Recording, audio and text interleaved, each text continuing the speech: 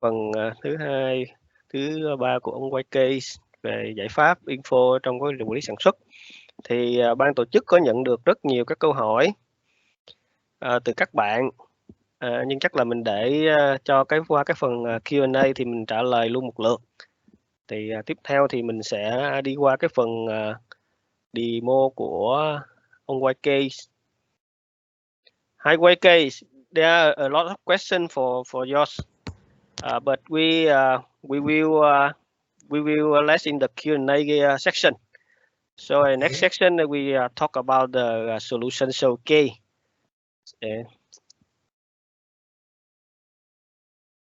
So we'll ask the questions after the demo, or are we going to cover the questions now? After the demo, we will back to the question and answer. So now we go to the demo scenario.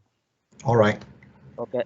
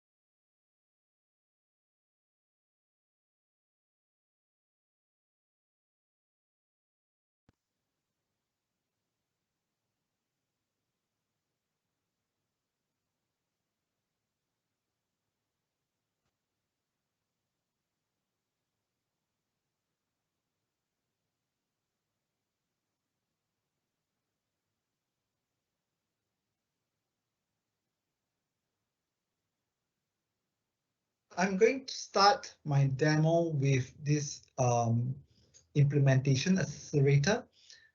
Remember that we spoke about this tool that actually help a company to implement the system. In short, implementation accelerator, we call it IA. You can see that in the end-to-end process of the IA, right? You can have all your company processes, so you can drill down from one process to another process to the next level. The IA has been designed to unlock value in your business using the best practice technique. All right, it is a real software that's supporting the business-based outcome. What you get with CSI, a well-defined, well-documented industry standard processes that will help you to kickstart the implementation of your solutions. The scenarios that develop based on the industry experience, apart from implementation, they also intended to help company to train the end user running business process to a structured set of role-based business processes that can be extended to meet your specific need and market differentiator. And you can see that drilling down, for example, from this procure to pay, it go down to the next level of processes. And you can see that we can actually look at this in the full mode. You can see that processes, right? And you can see the next level of the processes. For example, we look at the purchase order to receipt. So when we look at that, it will bring the second level of the process on this panel, and I can go into this process. It will load onto my page, so you can view that. Okay, you can look at the full view, and you can also drill down to the activity level. So for example, if you want to look at the activity level, look at the enter purchase order line. So if I click on the box itself, and it will show me that this activity, which role is in charge of that. So when do you generate that? And we can also look at it that way. If I go back to, you can see that each of the level, you can look at the process overview, business trigger, or the process descriptions, when it was triggered, what could be the parent process. So all these are documented, and each activity, like you saw earlier on, it will also tell you which role, who are the persons supposed to perform that. So it gives you your company down to the even the form level. If I click this, it will open up my sideline. It will actually allow you to see what comes before and after each of the process in the flow diagram, and you have the capability to drill down to the activity level, can become a lot more detailed in which role that the employee involved and where they involve, what part of the solutions to be used to complete the activity. All right, down to the form level. So again, this is a real software that has been designed to unlock the value of your business functions using the best practice technique and industrial standard processes. After sharing with you how the implementations accelerator can help you to quicker your implementation process, we are now looking at the actual software of Infosight Line.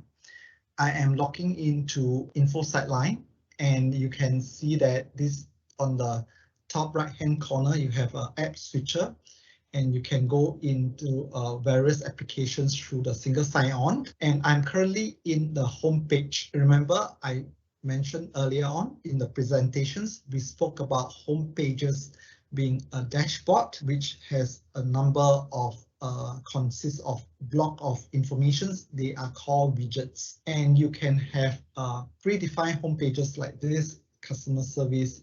You can also have home pages created under your name. Like I created myself a home page called YK, and I can put a website. I can put a different widgets that I'm interested to. So you can actually configure your own widgets, and you look at different row, right? You can have your own page, and all this page, you can actually add a new page. You can remove the page, all right? You can add a new page. For example, you want to create a new page for this event, you create iERP, all right? And we do say test, and you create. And what are the widgets, the block of informations you want to add? You just click this. Like for example, you want to see what are the messages. If you need to approver, you are an approver, you need to approve any messages. So this is a task list. You can say, I want to add the task. I want to add notes, things like that. You can actually add. You can add even, like for example, you want to add anything about applications, bookmark. Okay, you want to add anything like about sideline. You know, you can actually add anything you want to as the widgets, right? So once you're done, you close. You can see that all these are added. You can move them around, you know. So this is share with you how the widgets is added into a home page. You can actually create your own home page. So if I done, I click save. You can see that these are by bookmarks. Bookmarks is this one, right? This is your bookmark, right? Same bookmark is here. Any task, any notes, right? Widgets like sideline. I want to configure my widgets. I come here and I can see that all this information, all these widgets, item availability. So I can enter an item, for example, this is a part number that I want to check. See, so that is very easy to create a new page of yourself. If you don't want to create a new page, for example, you want to use these are the predefined pages, and you want to get a predefined pages, you can just look at the page catalog. These are the page catalog that is already predefined. Okay, you are a finance person, you like to see the controller homepage, you just click this. And once I close, you can see controller homepage is added. This is the last added home pages. So I have iERP that I just created. I have a controller homepage that I just call in. If I find that this is not necessary, I want to delete it, I can just delete it. Okay, you have a delete remove page capability. So you can easily create informations, bring in informations that you need to see day to day for your day-to-day operations. And for example, I'm just sharing with you how to navigate inside Line. So for example, I have these home pages. It has all this block of information that I want to see every day. And I can also use this to check my order. So just for example, I have customer call me and say that he has this order, YK2, this order that he created. And he said that he wants to add in more items, for example. So you can see I can click here, add new line, an item that he wants to add in, how many pieces they want to buy. And you can see that this is the date that I can promise, and this is the due date, right? And I'm okay, I save this order. So you can see that I can also create a customer order inside Line. So you can see this new order line. And if I want to go to site line, I just click this and it goes to that order line itself. So isn't that easy? So you were from a home page, all right, and it brings you into a sideline screen. So what I just demonstrate to you is that how easy you can actually navigate within sideline. And remember, I added bookmark. So anything that you any screen that you access very frequently in Info Solutions, not just about Infosight Line, you can actually bookmark this page just by clicking the bookmark. You can bookmark it and you can access to the bookmark very easily. You can see that, bookmark this page, and you can actually add this into the bookmark. And at any time, you can just click here. For example, now I want to see the item screen. I just click this. It brings me to the item screen. I want to see item that is greater than 100 pieces, 1,000 pieces. I just filter. So it can show me all the number of records. All right, I have only 30 records, 30 items. That is more than 1,000 pieces. And if I want to extract them into Excel spreadsheet, I can also easily do that. So you can see that export to Excel, and it goes to my Excel spreadsheet. And I get all the columns, the row for the 30 items. So it's just easily share with you how easy you navigate the system, how easy you can actually find the information that you wanted to find. Now, I just go back to sales order. So you can see that the system, like for example, this item, FA 10,000, if the customer say that now this date is no good, they want to bring it earlier or they want to bring it later, it's possible. So if we change the date to earlier date, they want to change it to earlier. For example, originally they asked for 12 June, right? Now they want it tomorrow, 10 June. So you can see that I'm a salesperson. When the customer asks me, say that, oh, they want this product to bring in this 10 pieces, this sales order, to bring in 2 days earlier. Now, in your company, usually you have to call, right? You have to make sure you can deliver on the 10 June. You have to check with different departments. But with Sightline, you don't have to do that because there is this APS capability. Remember, we mentioned about it earlier on, advanced planning and scheduling. When I click this button, it means get CTP, capable to promise. And it will tell you that 10 June is not a good date. The earliest day we can promise is 31st August. And you can see why. You can look at in summary, what are the quantity that is requested. You don't have any stock in your inventory.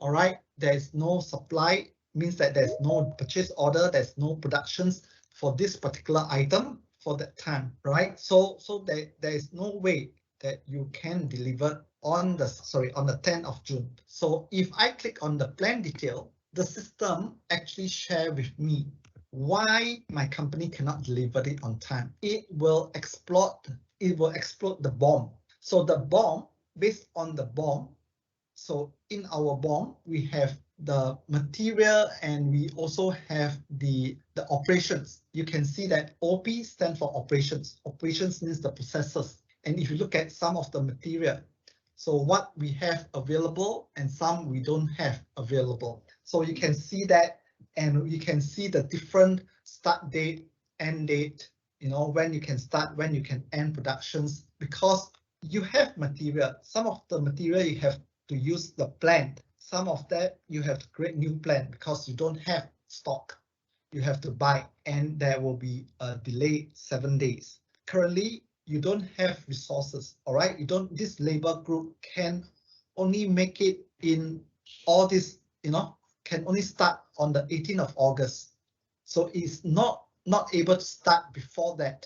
So you can actually find out that everything that you need to make FA 10,000, when you can start, when you can end, and when the material, where the material can come from, either use the existing stock or using the planned order or using a purchase order. It will be actually shown in the system, whether you can use inventory or you are not using the inventory. And you can also look at the diagram in Gantt chart. You can look at the detailed informations. It tells you that that is a plan, you know, the detailed informations. So all this, all right, save your salespeople. Everything if is set up correctly, you don't need to go and call different department to find out informations.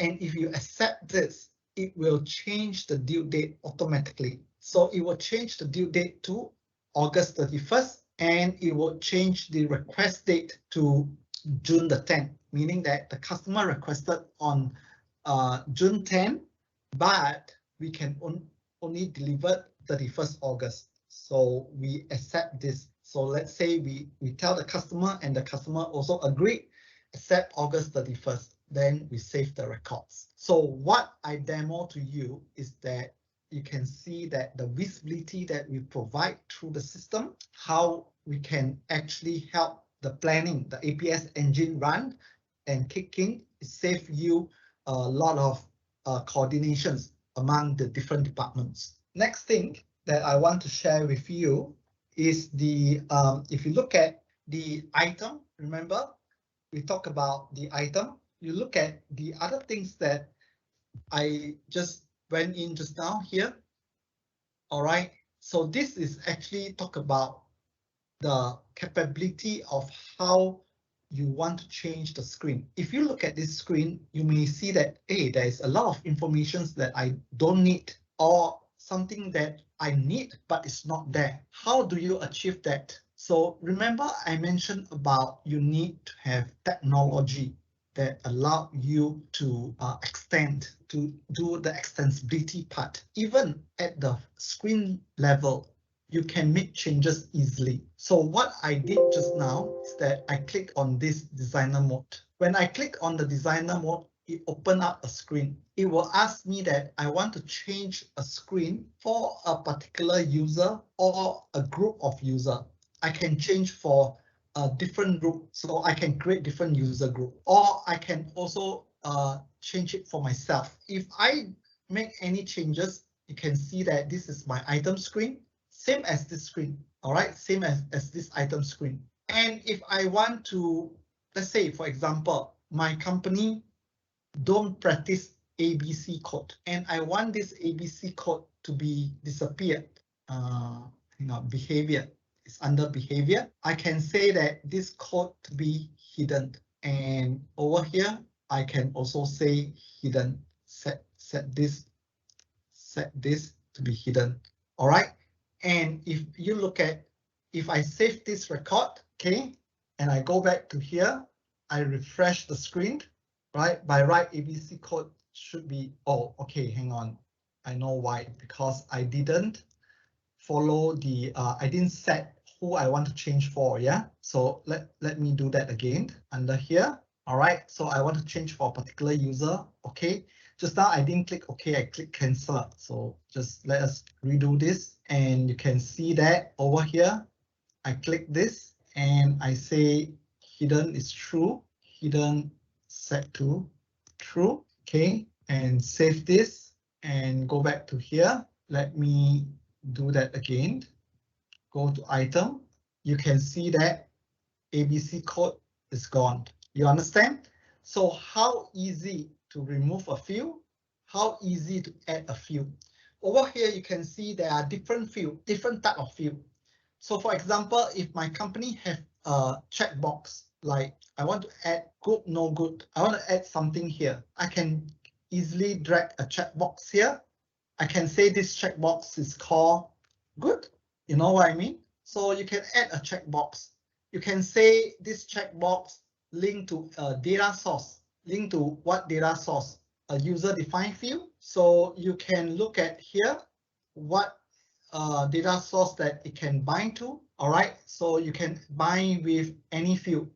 You can bind even with some user-defined field here, and it will save in your database. So there is some user-defined field that is already in here, whether integer, text, or whatever. So I bind it with a field. If I save this and we go back to here, all right, and if I refresh this or I reopen the item code, I would find that I have that checkbox added. So you can see that, you know, I can add new field just like that. And don't worry, you know, whatever I added, I can restore it easily. Under here, all right, there is or it should be under here, there is a way that you can actually revert your configurations.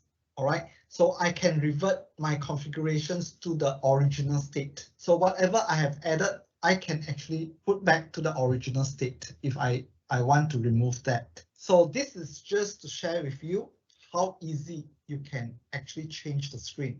You can extend the screen. How easy you can, I already showed you how easy you can filter, remember that? And if I say I want to filter again, anything that is greater than 10,000, 1,000, yet anything that is start with Z, there is only one item. And you can see that here, this is the grid view. And if I want to change the grid view, I can also easily change it.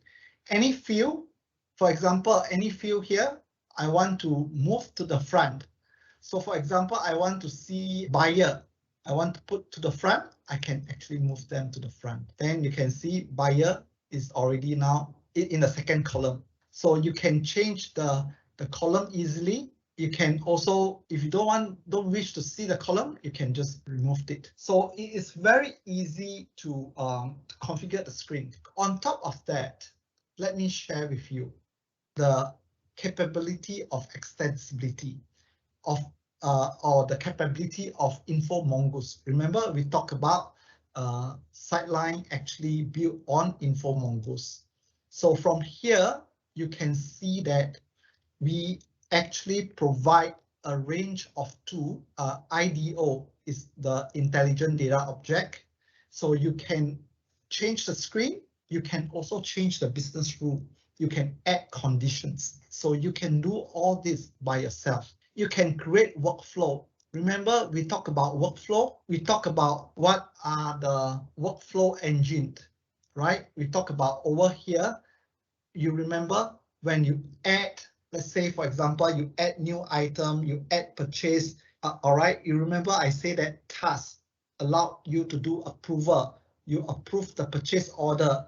You want to approve the customer credit limit. All this can be actually configured through our workflow system. So there is a workflow, all right? There is a way of creating your internal reports, data views. So there are a lot of features, right? And allow you to actually create to make the system for yourself.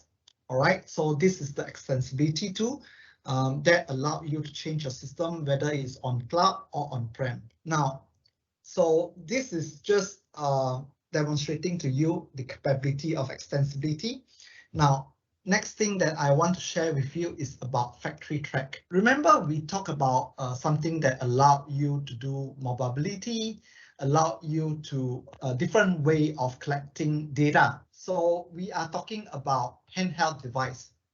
Today, I'm not able to actually be with you, to show you a handheld device, but you can imagine that, let's say you have all this icon running on a tiny screen, a handheld device, like for example, your phone, Android, running on Android or running on any Windows versions.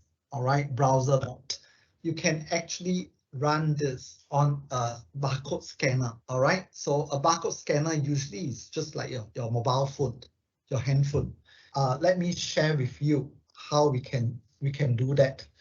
Different functionality through this barcode scanner. For example, I want to do my inbound transactions. So I have a purchase order receipt. You can see that over here, purchase order receipt. So I can scan which warehouse I want to receive to. So I scan my warehouse code. I can scan in my PO. Let's say I'm talking about a PO number that I want to receive. I'm not entering it, but I use my barcode scanning. And I'm receiving, when I'm receiving this item, you can see that the system can actually do that. Maybe I don't do it on my desk. This FA 10,000 is a big piece. I want to do it near the container. I want to do it outside. So it allowed me to move around as long as I have Wi-Fi connected to my system. And once I do the receiving, I say, oh, how many I receive? What is my batch number? All right, if I receive this, this will update into my Sightline system. You get what I mean? So this is the way. Let's say I just want to receive 2 pieces. Yeah, this particular lot number. Or by doing this, you can see that it will perform the transactions. And if I go back to Sightline, you can see that the transactions will be updated later on. And another thing that I want to share with you is that this one is not just, we are not just talking about, so you ask me, do I want to do cross-docking and all that? I say yes.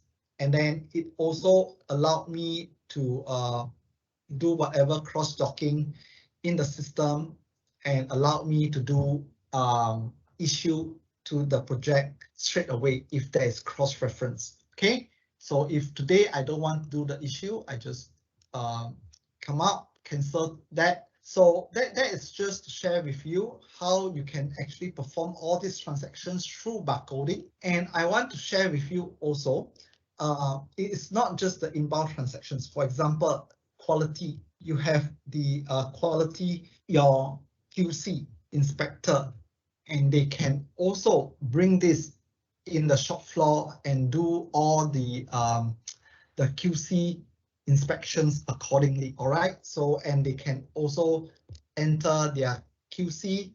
All right. And let's say you want to check the purchase order DP286.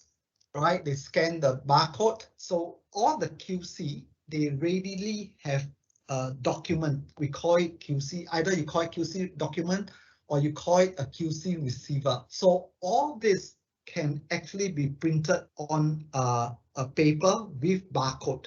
So Sightline also support barcode printing. So you can actually barcode all the item instead of you typing in. All right, okay.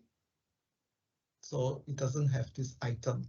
You can search. Sorry, let me remove this and let me go into the item RB 10,000. Select this item, and if you look at let me scan that, and you can see that being an inspector, I can put in my different result, different level, external, internal. I can put in my what is my quantity test, fail, pass, informations like that. So what I'm sharing with you is that through Factory Track Warehouse Mobility, I can actually do quite a number of transactions. I can do all the purchase receiving.